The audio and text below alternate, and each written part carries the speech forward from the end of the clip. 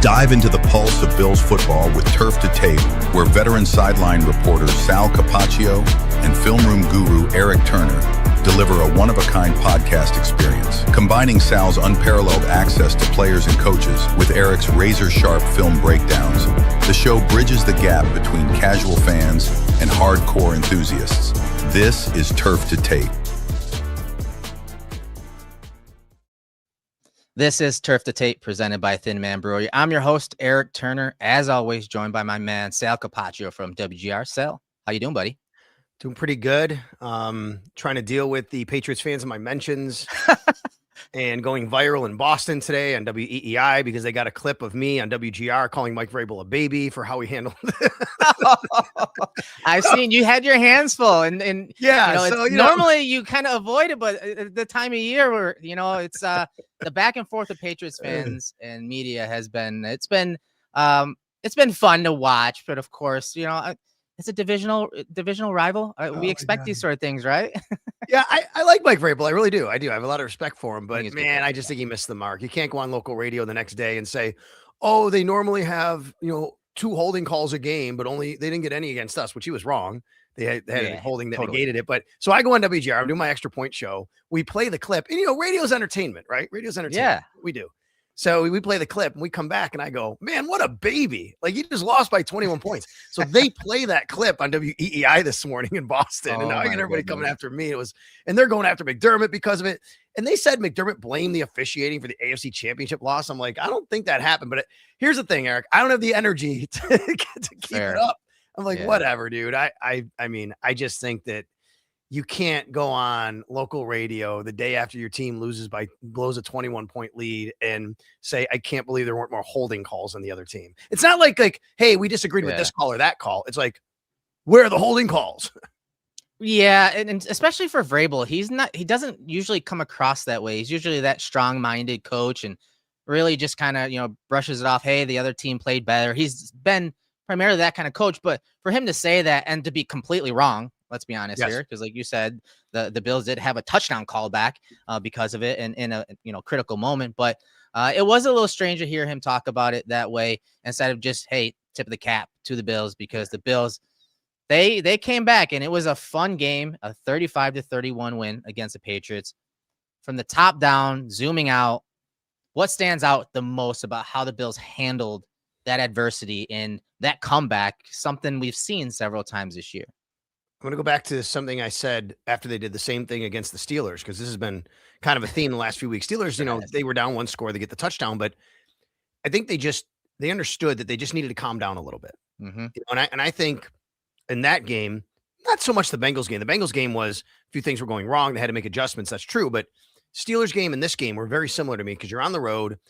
And I actually think the Bills kind of played a little tight, meaning if we don't make mistakes, we'll be fine. But when you play thinking don't make mistakes, what do you do sometimes? You make mistakes. And I think things started snowballing against them.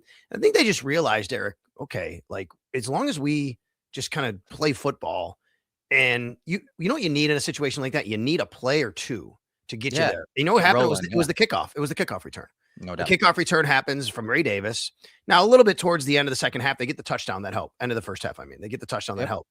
Ray Davis has the opening kickoff. They get into New England territory. And I think really from that moment, and Josh even alluded to how much that helped, it was like, all right, we get 45 yards here. It's a 10-point game. What are we doing? Right? Let's go. And I think from there, that happened. And then on defense, great adjustments.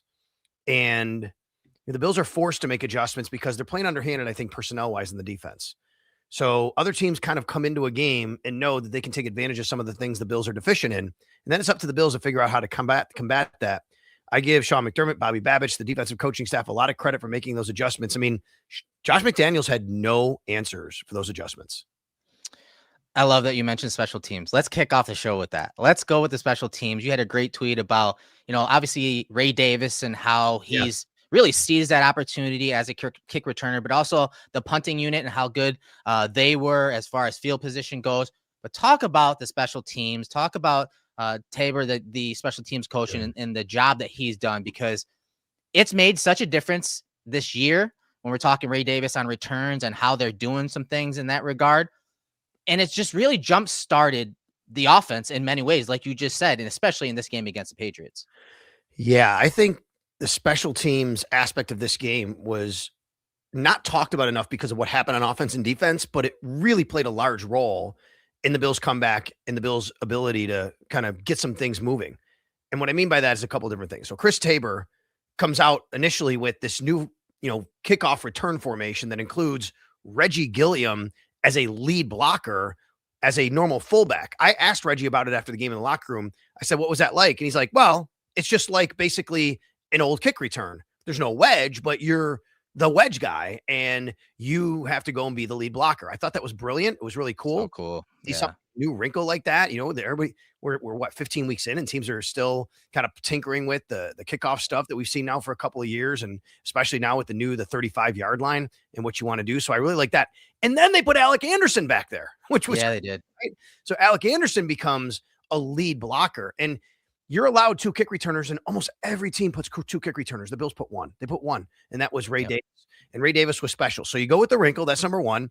And then Ray Davis gets the ball in his hands, and he averages 41 yards a kick return, which was monstrous in this game. He is now leading the NFL with 32-plus yard average kick returns, and that is by a wide margin. Nobody else in the league even has more than 30 yards of return. He's got 32 right now.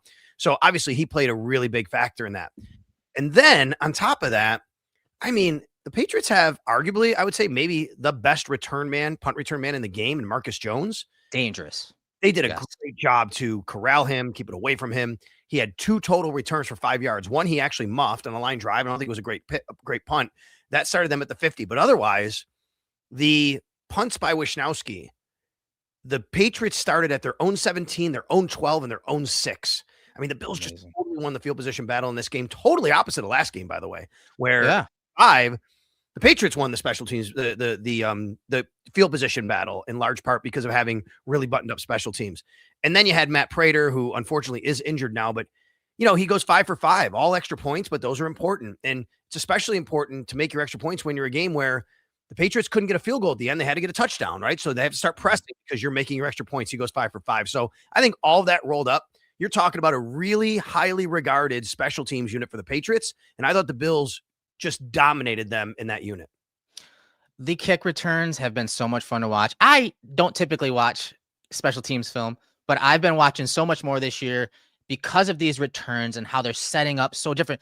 Like for many, many years, kick returns are, like you said, middle return, right return, left return. There was not too much creativity in thinking outside of the box. Each week, Taves is doing something different on these kick returns. Like you said, this time it was a single returner deep. Couple of the returns, it was Gilliam as the up man.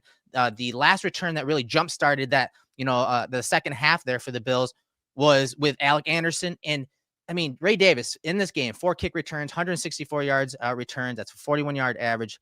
3 kick returns of 35-plus yards, tying the franchise's single game record since 91. His kick return average of 32.4 currently leads the NFL and is the single highest season average in team history. Ray Davis, he's done a great job here. Again, he's losing some of those touches behind Cook as running back 2, but he's really seized his opportunity here as a returner. His timing on these returns, as you're seeing, and how you hit the crease at full speed, but also break those arm tackles and maintain that contact balance. He's a tough tackle on these returns, and it's really showed out, throughout the year that he's, been making these returns. It's been fun to watch, again, from a scheme standpoint, but also seeing a guy like that flourish in a role that we didn't quite expect. That's right. And I think that point is really big, which is he hasn't had the same season as last year, and partly because James Cook is rolling so well, you're not even putting him on the field as much, right? Credit to this coaching staff for saying, we got this guy in the roster. We think he has a skill set, and they found a role where he can really maximize his skill set. And I think the coaching staff deserves a lot of credit for that. I think Ray Davis deserves a lot of credit for accepting that role and being, hey, I'm going to be less of a number 2 running back, but I can really impact the game in a different kind of way. And he's really helping his team. I've had the question this week, well, if he's so good at it, why doesn't he return punts? And the reason is, folks, it's just a different skill set. Totally different. As someone who did return kicks and punts, and I think you might have too, Eric. Yes, it is a totally different skill set, right? I mean, the ball has a different trajectory, angle, spin, everything that's happening. You have one guy coming at you, right barreling down on you versus maybe everybody in front of you with lanes. There's all different kinds of things and nuances that go into it. But the other part, he's never returned a punt. He's never returned a punt in college or the NFL. So it's just not something that, at least now, I don't think the Bills would ever think about doing. Ron has a great question to kind of wrap up the special team segment. Yeah. Sal, have you heard anything about any kickers that have been brought in to replace Prater with that injury that popped up this week? Have not heard anything yet, but I would tell you, as we are on, maybe, just maybe, as we're on today, it's going to be a little bit later than that, probably, though. A little bit later today, we'll have the transaction report from Transaction Wire from in the NFL, and they generally have guys who came in for workouts. Yeah. So if there is something to that, we'll let everybody know. Yeah, great point. It's usually the workouts usually happen either Monday or Tuesday mornings, typically, Yes. right? And that's why you see them on that transaction report as well. And Sean McDermott said he didn't find out until yesterday about Matt Prater's injury. So I would think that if that's the case, you're probably not even really bringing anybody in until today. Right. All right. So let's get into the defensive side of the ball. Let's get into some of the major talking points from this game. Again, a big win against the Patriots. And the first to second half, Sal, obviously were completely different. In the first half, the Patriots ran 33 plays on offense. They were 4 for 5 on third down. They had 16 first downs, 285 total yards. But when you go to the second half, as has been the case, especially in these games where the Bills get down a few possessions, the Bills made some coaching adjustments, some adjustments on defense. And in that second half, the Patriots only ran 18 plays. They were 1 for 5 on third down, only garnered 3 first downs and 100 total yards. So let me ask you, amazing. What did you see? What did you sense from the Patriots, from the Bills, from the stadium? Like what was it like when this turnaround started happening, especially if we're talking the Patriots offense that was rolling early from the first half to the second half? Yeah. So I think, it's sports, right? And you have this feeling, you have this confidence. And then when things aren't going your way, you feel like everything's kind of coming in at you. I said the Bills started this game tight. I think the Patriots got a little tight after that. Patriots were rolling. It's really funny. True story. Like, we're in the side of the stadium. You might have seen this. There was a point, it was 21-0. On the big board, they show Travis Scott with Robert Kraft in his box. And they're just hooping it up, almost like it's the end of a game. And it's like there's 4 minutes left and they got it well in hand. Like, everybody's just super loosey-goosey. Oh, my God, this is great. They show Stephon Diggs on the sideline. And sure, I mean, he's hyped up, and that's fine. We know Stephon has this big personality, and he can get really intense like that. In that moment, I'm not kidding you, in that moment, I said to myself, boy, they're acting like this game's over. Like, there's a lot of time left. You can't do that. And let's remember, the Patriots are a young team. They haven't been in this situation yet. Yes. And I just don't think they handled it that well, to be quite honest with you. Agreed. And the Bills did put themselves way farther behind than you ever want to, obviously. Right. But the Bills have been in this situation before. Heck, they've been in it the last 2 weeks in this situation where they understood that, hey, okay, like, there's a lot of football left. We just have to make a play or two. And then suddenly on the field, I guess it would be inside zone. You could tell me more than anything that started working. Just they started running it, started hitting some holes. Yeah. And the Bills felt, you know what, we can run against this team. I felt the Bills could have leaned on the run game in this game. But when you open up the game with that long pass, it doesn't get brought in. That's when it goes against you. Now you're 2nd and 10, and you're just playing a little bit from behind. You can't really do that. Once you get to over midfield, and that second half to start it, and you can start running the ball, now you can get back to a balanced attack. And then once you score and it's a 10-point game, now you can open up the playbook back to what you want. I thought defensively, the Bills did a good job of, we've talked about this too, on both sides of the ball. It's not that they start off vanilla. They kind of run their system. They run their structure, offense and defense. They run their plays. They run their calls. There's not super in-depth game planning. I don't want to take away from them, but there's not a lot of game planning going on. They run their offense. They run their defense. That's kind of how they came out. And I agree with you, what you said at the top of that. The Bills kind of came out a little flat, but I thought defensively what they did, and some of this is the score, and the Bills mentality changes from more of the conservative type side to the aggressive side. And the Bills just got a lot more aggressive. They start running a lot of their blitzes to stop the run. They get the, 2nd and 15, the 2nd and 14 situations, those havoc plays to get the offense behind the sticks. You saw that going in this game. And in many ways, when you're talking complimentary football, Josh Allen puts that cape on. He gets that offense going. And that, in many ways, when they start scoring in 5 drives, the touchdowns on 5 drives, that pressure is felt by the opposing offense, by the opposing quarterback as well. And I thought May was rattled a little bit in that regard. But I think overall it was the aggressiveness that we see in these games when they get behind. And it's something you asked Trey White about after the game. And I wanted to play it because he had some really good insight about, those changes from the first to second half. So listen in. And then it seemed like you guys really smothered in the second half. They didn't really have Drake didn't have anywhere to throw to. Was there any adjustment in the back end? No, it wasn't. We were just able to get up and get aggressive and get our hands on them a little bit and play aggressive. Aggressive in our man-to-man coverages. Our defensive line, they did a great job getting the quarterback off the spot. So anytime you have those two rushing and covering together, it's going to be good for us.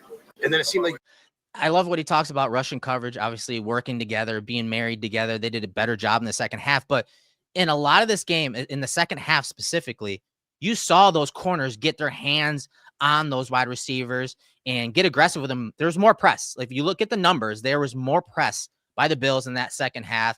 And combine that with the aggressive early down run stops and getting them behind the chains, it put them into third and longs a lot more. And it allowed them to speed up the processing in May, but make those windows a lot tighter for May. And when you added that pressure of Josh Allen scoring with that offense, that those throws weren't as accurate as they were in the first half. Yeah, the other thing they did was they took away his escape lanes. And I think that I don't know if they employed a spy more often, but it seemed like he just was less willing to run in those situations. And he did a nice job of running early in the game. One time he got out of, who was it, Ogunjobi, maybe, who had him, felt like he should get him down. And he gets out of it. And, he, of course, ran for a couple touchdowns. One was on a design run. One was just like the parting of the sea. And he just ran up the middle. But he didn't run much in the second half. And I think the Bills did a good job to disguise their coverages. Heck, in the last play of the game, you had Joey Bosa, last play of their offense. You had Joey Bosa dropping into coverage. The Bills just kind of did a lot of different things to kind of confuse him. And I don't think he trusted what he was seeing.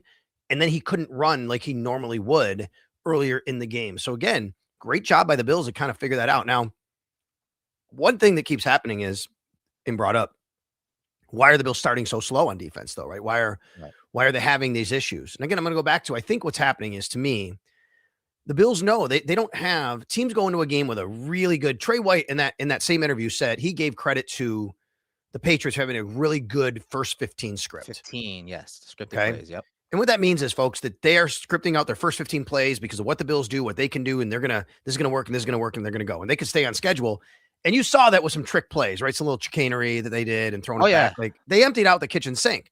No doubt. And they had a really good plan. And when you have 2 weeks to prepare, you can have a really good plan. And the Bills are a little underhanded on defense. They're not the same defensive personnel. They're trying to mix and match. And I think what's happening is teams are saying, okay, we can pick on this, we can pick on that. Let's go do that to start the game. So once the Bills see that, they start, well, we can't live like that all game. So what are we going to do to adjust? And then the Bills start using all the resources they have at their disposal to say, how can we kind of mitigate what's happening to us now to be on more even footing? And I think that's what you've seen the last 2 weeks. Yeah, the bye week obviously played a factor in this game. And like you said, the first 15 plays, there was a little bit of everything. There was some really good balance, some trick plays, some plays that they've never really run that you've seen other teams run against the Bills and have success. And I thought what you said about how they showed different looks to Drake May, I thought they treated Drake May like an MVP worthy candidate. Rightfully so. I think they treated him that way. They threw an array of coverages at May, and a lot of those in the first half were single high coverages. Second half, they kind of switched to more of 2 high coverages and running a lot of cover 6, which cover 6 is more of like a split field coverage. So half the defense is playing cover 4, quarter half. The other half is playing more of a cover 2 look.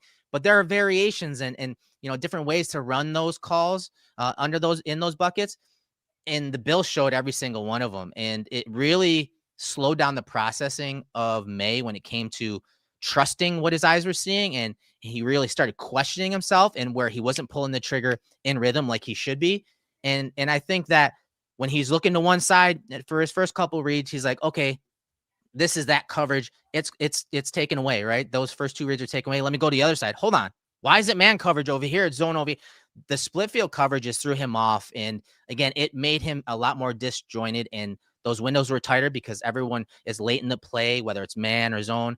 And I thought they did a great job of just throwing, like you said, the kitchen sink on the defensive side of the ball for the Bills and emptying those clips against May as far as coverages go, because there wasn't much pressure on Drake May. No, that's right. Pressure. It was more the coverage. Yeah, and you just showed a couple of clips there. And if you like show and freeze right at the snap of the ball, look how tight the Bills are, right? Yeah. They're not playing these.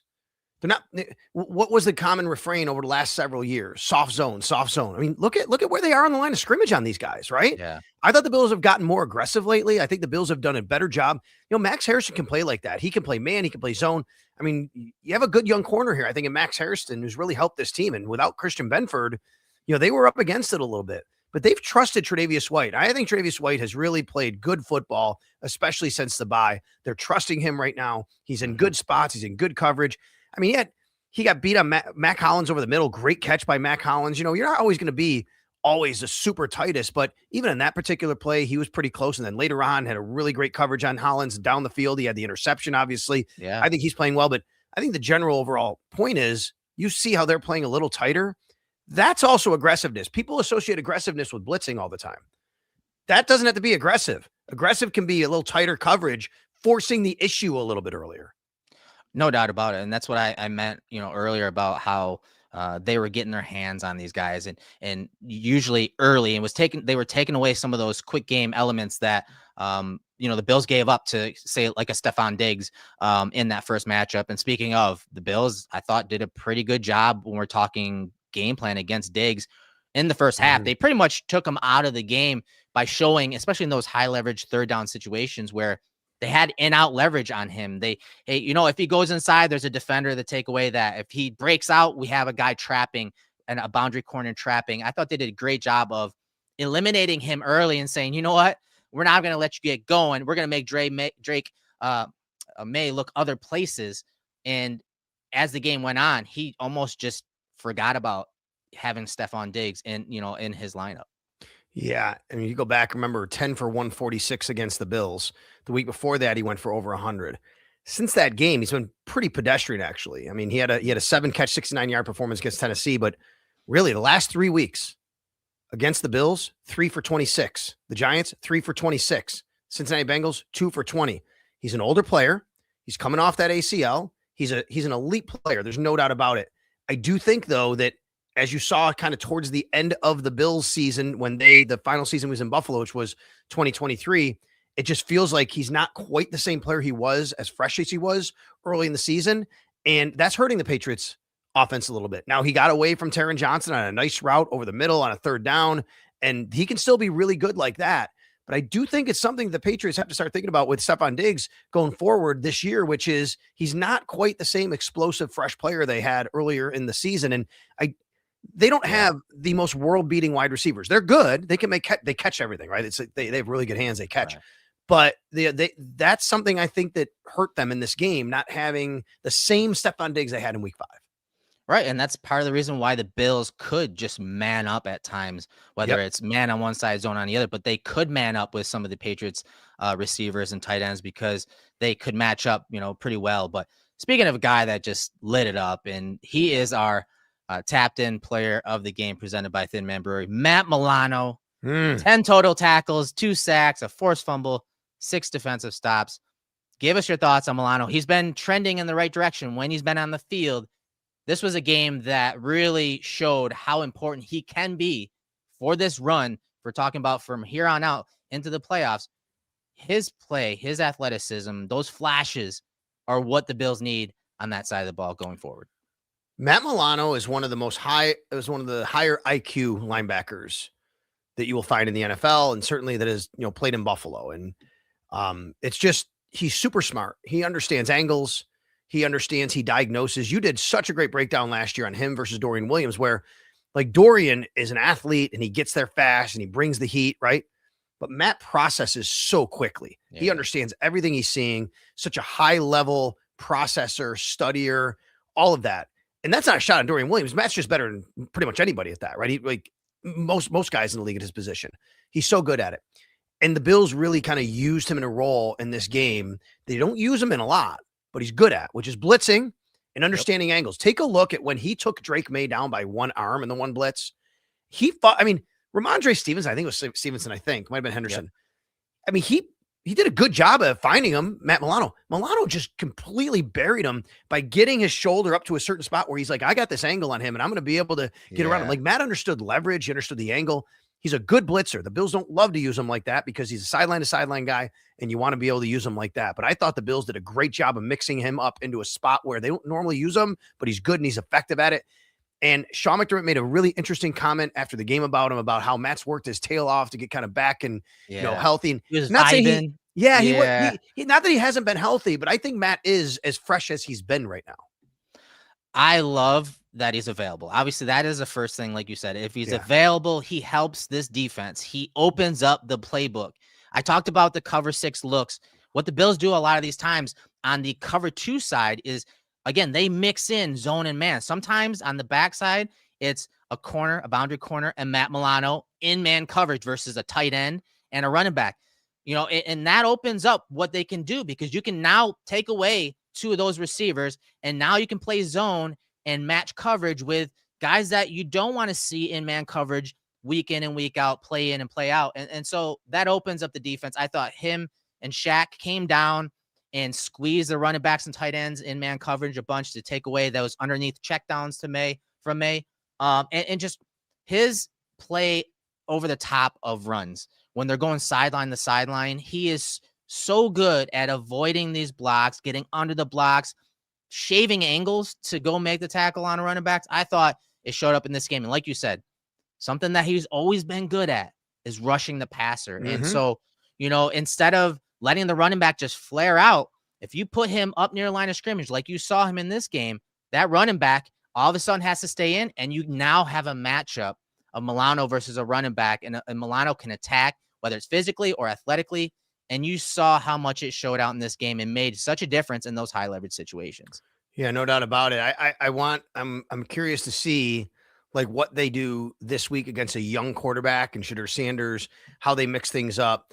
And kind of going forward, playing with some of that, because once you get to the playoffs and you're, it's not like you have Mahomes and Lamar, but these are good quarterbacks and they don't get there for, no reason. And I think the Bills are kind of playing around a little bit, and not saying just like for no reason, but they're mixing up a lot of different things that maybe they can kind of start to dip into and use at their disposal. The other thing it's doing, Eric, is, if you're, let's say, Denver and Bo Nix, if you're Jacksonville and Trevor Lawrence and Liam Cohen and Sean Payton, now you see these things they're doing, and you're going to have to start preparing for all of this stuff the Bills can do. Yeah, and it's something, again, that, now that Milano is healthy, he hasn't played a ton of snaps this year, but now he's healthy. These are newer things on film, to your point, that the opposing coordinators have to worry about. But as we said, Matt Milano, great game, opens up the defense for the Bills. He was our tapped-in player of the game, courtesy of Thin Man Brewery. And if you haven't heard, Mafia Light is now in stores. It's 3.5% ABV, 80 calories in a 12-ounce can. Drinks like water with notes of beer. Go ahead to your local grocery store and gas station, liquor stores, wherever they sell Thin Man Brewery products, and pick up Mafia Light. We appreciate them joining us this year for this segment, and we appreciate Matt Milano film. I love linebacker film. That's probably my favorite film to study. So anytime I could talk about linebackers, usually those segments run a little long, but we're going to move forward with this segment. As far as the defensive side of the ball, anyone else that you want to highlight as far as arrows up in this game against the Patriots? Defensive side of the ball. I thought it wasn't a eye-popping game for Shaq Thompson, but not that he did anything wrong. I'm bringing it up because you did this without, again, Terrell Bernard and Christian Benford. And then when you get Terrell Bernard back, I'm wondering what they kind of want to do with that, right? And how they want to play that. But that being said, the Bills played quite a bit of base, actually. Dorian Williams was out there. Joe Andreessen even played a play, by the way, for Shaq Thompson. He did, for Shaq. Who came off the field, right? It was kind of interesting. I don't know if Shaq had something wrong with his helmet or not, but it just kind of show you, I think the Bills, speaking of linebackers, the Bills have some linebackers that they're very comfortable with turning to, and they were able to in this game. And of course, Joey Bosa just did a nice job and to kind of like show up at the end when they needed him to make a play. Yeah. That was a really nice athletic play to drop into coverage, and then obviously to get his hands up, knock it down. So that was a nice play and nice wrinkle by the Bills as well. Yeah, that was fun. And he gave credit to Ryan Nielsen, I believe, for running that drill consistently with them and batting passes down, getting your hands up and batting passes down, something the Bills have always been really good at, honestly. But yeah, no, I would agree. Those players, I thought overall the defense, man, they were clicking. They were clicking in that second half. And yes, like we're seeing a lot of these comments say, hey, start earlier. those adjustments do tend to start in the second quarter, not just in the third quarter, but the second quarter, you start to see some of those adjustments, and you start to see, some of, getting Drake May kind of slowing down when we're talking about the passing game. So let's go to the other side of the ball. Offense, first half, we kind of alluded to it early. They were just not in rhythm. Obviously, they didn't run a ton of plays, but the plays that they did run, you saw Brandon Cooks double catch and eventually get pushed out of bounds on that big tone-setting type play. Again, play action down the field, trying to get that guy going, open up the passing game, loosen up the coverage. It was against Christian Gonzalez. That goes incomplete. And then you saw Josh step up in the pocket later in that drive and try to hit Kincaid, who's wide open, and he misses him. Even Palmer was open across the middle too. So they were just out of sync a little bit. And of course, now you're getting bombarded by the Patriots offense and points are getting put up. They just couldn't get in rhythm early. Yeah, you're right about that. And that play, I mean, the play the Patriots made that should have been challenged by Sean McDermott. It wasn't. It was, we did not get a replay. I mean, I was there on the radio broadcast. We're thinking we're looking for a replay. We couldn't get a replay. So I understand, like he didn't have a replay, and you could do a leap of faith there. I get it, and maybe he should have. I'm not necessarily excusing it. I'm telling you why he didn't do it. But that play was huge, and then you come right back with a play the other way that doesn't go your way because Brandon Cooks can't get his feet down and can't corral the ball before he gets his feet down, I should say. And what a big swing those two plays were. So now everything's kind of snowballing against you. You're kind of fighting through it, and I think that's when you start pressing a little bit. But here comes old reliable Dawson Knox. I know. I mean, it's crazy. Dawson Knox, congratulations. Him and his wife, Alex, they have their daughter, Noah Elizabeth Knox. They welcome her into the world. And then he goes off and has a big game with 2 touchdowns. Old reliable, like I said, he was on the field more than any tight end. I do think they're managing, I think, Dalton Kincaid as much as they can 100%. right now with the knee to make sure that he's not in a situation where he's not going to be available later because he's having to do too much of the work. But when you have Dawson Knox playing the way he is, and you have Jackson Hawes who can contribute as well, those two guys actually led 1 and 2 in tight end snaps. And then, Dalton Kincaid was third. It really helps the team. And Dawson Knox was really good in this game because he is a guy that, even though he's not elite as a pass catcher or route runner, he's not elite as a blocker. He's just very good at everything. So when he's on the field, you have to understand that and know that he puts you in a bind a little bit. No doubt. And the Bills were in 12 personnel. So 1 running back, 2 tight ends, 28.4% of the time against the Patriots. Dawson Knox, great, role player, but stepped up in some big moments in this game. 3 receptions, 37 yards, 2 touchdowns. Colin Ritchie, our producer, pulled a great little footnote here.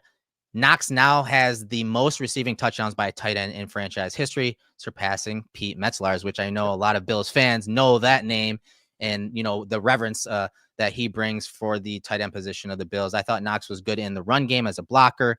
He was very reliable. The throw that Josh hit him on when they're in empty, all verticals, you saw Josh roll out of the pocket, come downhill and throw that missile. Honestly, if I tried catching that, I have a bruise on my chest. Right. But like Dawson Knox reeled that in, and it was one of those plays that it was like, okay, Josh, go make a play. It's all verticals. Everyone's just going down the field after the penalty there, and Knox brought in. He had some really high leverage plays in this game, and they've relied on these tight ends. We talked about it. Yeah, they've relied on these tight ends the last few weeks. Yeah, for sure. And they have to because they don't have as much on the outside. We know that, right? They're not separators and winners on the outside as much as everybody would like, and totally understand that. So you have to use what's at your disposal. The running backs have been more involved in the passing game, which is great. The tight ends have been more involved in the passing game. You'd love to get more out of your wide receivers, and hopefully that does come. Khalil Shakir had a nice game, but outside of him, he had 1 catch for 16 yards from a wide receiver. That was Joshua Palmer. So the tight ends have to step up. So on that touchdown, what's interesting is when the Bills or their opponent are in the red zone, especially down near the goal line, I always go right to the goal line. I stand there so I can see what's happening.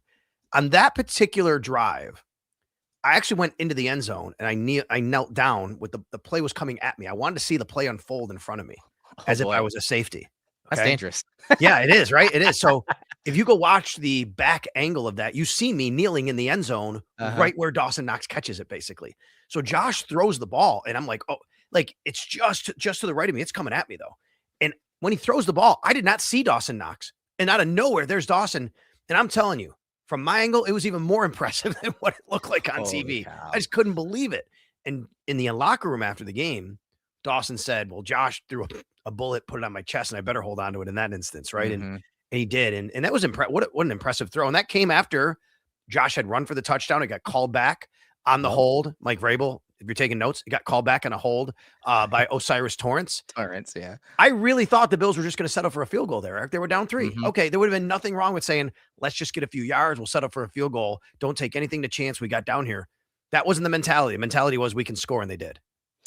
And, I watched some press conference stuff from the Patriots, and on that play, that touchdown to Dawson Knox, they admitted that there was some kind of twist that was supposed to happen. So you see that edge player kind of dart or spike inside. The D tackle was supposed to loop over the top to become the new contain player. That guy didn't. Christian Barmore didn't. And that allowed Josh to get outside the pocket to hit Knox for that touchdown. But you talk about red zone. Bills were 5 for 6 in the red zone against the Patriots. That was a weakness of the Patriots coming in. Not many teams got down there. They mentioned in the broadcast a bunch of times. Not many teams would get into the red zone, but when they did, they would score. And the Bills took advantage of that in the run and pass game. Speaking of Josh Allen, 19 of 28, 193 passing yards, 3 touchdowns, 11 rushes, 48 rushing yards. I found it quite amazing after going back and watching this film, based on how everything unfolded with the score and how behind they got, how actually composed Josh Allen was. He didn't activate hero ball. He really, that's right. Said he took what came to him. He was efficient. And then, those few times in the game, he did bust out the cape and make those plays. But overall, I was pretty shocked to see that Allen really just kind of played within the scheme, within himself, and then made the plays that we're typically used to seeing in those clutch moments.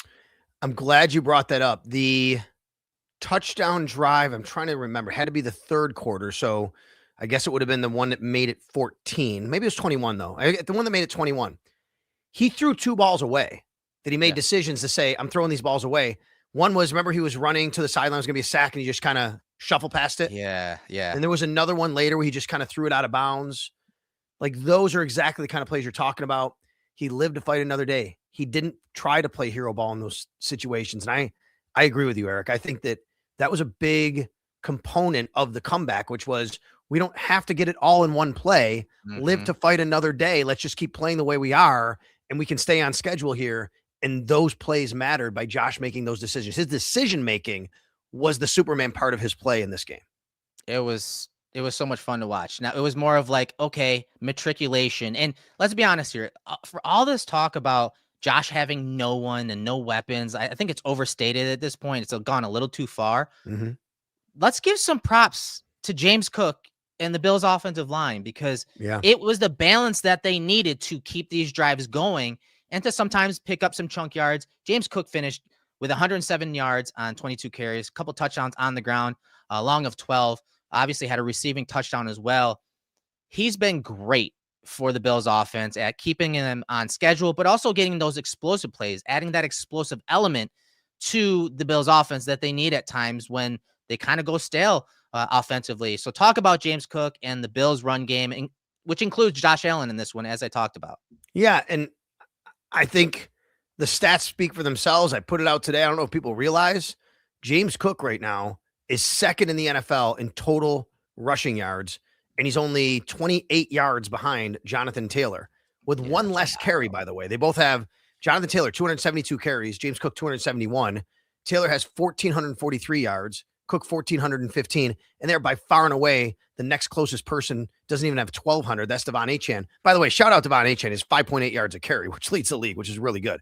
But I just think it shows how great he's been all year, and he's carrying the workload. And a lot of us didn't think he could. I mean, the guy is 200 pounds essentially, and yet he just he takes so much of like everything off himself by taking shots, by the way he runs, the way he kind of goes down to the ground. His vision allows him to, he took a couple big shots in this game, but he generally doesn't take those. And I know there's some concern about, is it too much of a workload? He's not the biggest guy, but I think James has kind of proven that like the way he runs, the way he plays, that they're just going to keep playing it that way with him. And sure, if you get into a situation, maybe in Cleveland, you hope like you're playing a team that's not that good, and maybe the Bills can jump out to a lead. You could take a little bit off him. That would be great. You'd love to be able to do that. Right. But I think right now the Bills are comfortable with allowing him to be, because they have done it all year. I think schematically in this game, the Bills offense, their staff stayed ahead of the Patriots when it came to the run game. They attacked up the middle. The Patriots, one of their better defenders, Spillane, the linebacker, was out this game. and the Bills went right up the middle on a lot of their plays. They ran their hits, they ran their duo, they ran their mid zone. But I thought there were some other variations to those favorite plays. They not only ran it out from under center, but they also ran duo from shotgun. They ran duo in like 3 or 4 different ways, which we hadn't seen that type of variety when we're talking the looks, right? Because a lot of times you see the formation, you see Shavers come in or Shakir come in, you're like, here comes duo. Well, the Bills ran it from different formations. Like I said, shotgun, under center, different, tight ends over there instead of just a wide receiver. And I thought that really disguised what they were going to run and really kind of caught the Patriots off guard. So much so that the Patriots started overloading, thinking duos coming. And then all of a sudden with the Bills and shotgun, they were running inside zone, which they haven't run a bunch of from shotgun. So I thought the staff did a great job game plan wise, but also keeping the defense off balance because they also ran a lot of play action. And a lot of those play actions looked exactly like the runs that they were having success with. Yeah, for sure. And, Josh Allen, they've done a better job as of late of kind of keeping them more clean, since that Texans game when, Sean McDermott was pretty upset about that. He's gone down a couple of times, but they've done a much better job. This wasn't the most prolific pass rushing group the Patriots have. And you mentioned Spillane. True. I mean, Milton Williams is such a good defender, and he has been out. They play the Ravens Sunday night, and he's going to be out for that game because he can't come back from IR yet. So I'm interested to see. The Ravens are going to really kind of pound it at them as well. He'll be a difference, though, in the playoffs for them. When they get Milton Williams back, it'll be a different team. The same, like the Bills when they played them in week 5. It just shows you how much, teams change. And that's what you do, though. You have to take advantage of when teams are, with players matter. Players matter. And if you have a guy that's not as good playing a certain spot, then, you have to take advantage of that. And I thought the tackles for the Bills played really well in this game. Spencer Brown coming back, getting him back after 2 weeks not playing. And then Deion Dawkins, and we all saw the Deion Dawkins clip of him, riding like he was surfing basically on a player. Superman. Yeah. Awesome stuff. Yeah, the offensive line, they're coming along. And I thought, I love talking offensive line, especially guys like David Edwards. You can't give this guy enough credit. He is going to be a free agent, but on every single play, go back and watch a game. On every single pass that the Bills ran, David Edwards is helping not only Connor McGovern, but he's letting Josh know, no, trust me, they're coming from this side. Like he was emphatic in this game and really Josh listened to him. There were times this year, we've talked about it, where there was some miscommunications as far as where they want to set the protections because Josh wants to keep this guy hot. There's been issues when it comes to that communication and Josh trusting the offensive line.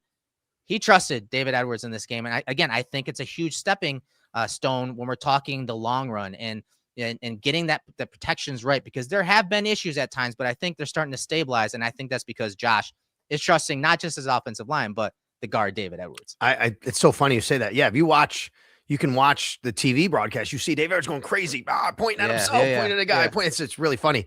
And what did Deion Dawkins say last week after the Bengals game? David Edwards is the best communicator. He's an elite communicator, best communicating left guard that he's played with. And I think it shows when you see how demonstrative he is out there communicating what he needs to communicate. He's so much fun to watch. I always say he's the most technically sound, but he's also one of the headiest players. From the players I talk to, they always mention him when it comes to knowing the game, the techniques, side of things. And he's a guy. Side note, he's a guy I want to get into the film room as soon as possible because you can learn so much from him as an analyst, but also as the average fan, which is something we love to do here at Cover One. So on the offensive side of the ball, anyone else that you want to highlight for arrow up in this game or arrow down? We're talking the offense. Well, listen, I said earlier, I think that, Keon Coleman has to step up as far as production wise, a wide receiver. We talked about the wide receivers and he's one. I will say though, I think he did a nice job blocking. And I know that's not why you have him. I get it. Like, believe me, folks, I understand that. Like, that's not his role. You want him to catch passes. But if you can get Keon Coleman engaged in a different way, if he's not being productive, that's going to help your offense. And there was a really nice block he had downfield on one of Josh Allen's runs. So I think that, deserves to be mentioned. I think Ty Johnson was an underrated player in this game. Ty Johnson had a couple of real nice plays in this game to kind of get the Bills out of a couple of situations. One on a screen, breaks an arm tackle. He's able to get the first down. That was really important for them. And Ty just does a lot of little things right for this offense. Great point about Coleman. I mean, if you want to get out of the doghouse, you do all the little things. That's right. You do all the little things, and he's earning that trust back. He's earning that privilege back. And that's why he was on the field a lot, right? His second most snaps behind Khalil Shakir. That's there right. you go. And so that is him working back in the good graces of the staff. And that play you talked about, that blocking down the field, he pancaked that defender and right along the sideline there. So great points when we're talking the wide receiver, Keon Coleman. But the rest of the week, what do we have going on this week? Bills are playing the Browns. What's the schedule look like? What content's coming out? What you got going on? Okay, so Bills Browns this week. Remember last week what I told you, folks? Every Wednesday should be pretty much a walkthrough day. Now, from here on out, they're going to do walkthroughs on Wednesdays. So we're not going to get a full injury report. We'll get an estimated injury report. We are monitoring Christian Benford big time this week, obviously, coming off the injury, missing last game. Terrell Bernard still. Sean McDermott said they are both improving. The big news coming out of Sean McDermott yesterday was Matt Prater being injured. So we'll find out and see. In fact, let me just see. Let me just real quick as we are live here. Is there a transactions report out? There is not yet. So I don't know if the wire is not out yet and if the Bills brought anybody in. That being said, I have a special show coming up this Thursday night. I want to invite everybody to listen up, folks. All right. I'm going to be at Sports City Pizza Pub on Niagara Street on Thursday night. I'm going to be doing my own Santa Sal's House watch party. And I'm going to be doing a Christmas party as a thank you to everybody. How about this, Eric? Thanks to TSC Buffalo. Signed jerseys, signed mini helmets, signed photos. Everybody gets raffle tickets and every 15 minutes, every 10 minutes. I'm just going to be giving stuff away starting at 6:30. Awesome. Then we're going to watch Flyers and Sabres. We're going to watch Thursday Night Football between the Rams and the Seahawks. It's going to be awesome. Come to Sports City Pizza Pub. Wings, pizza, drinks, everything. Santa Sal is going to be giving away stuff thanks to Santa TSC. Sal. That's right. I love it. Come on. That is Thursday night, 1407 Niagara Street.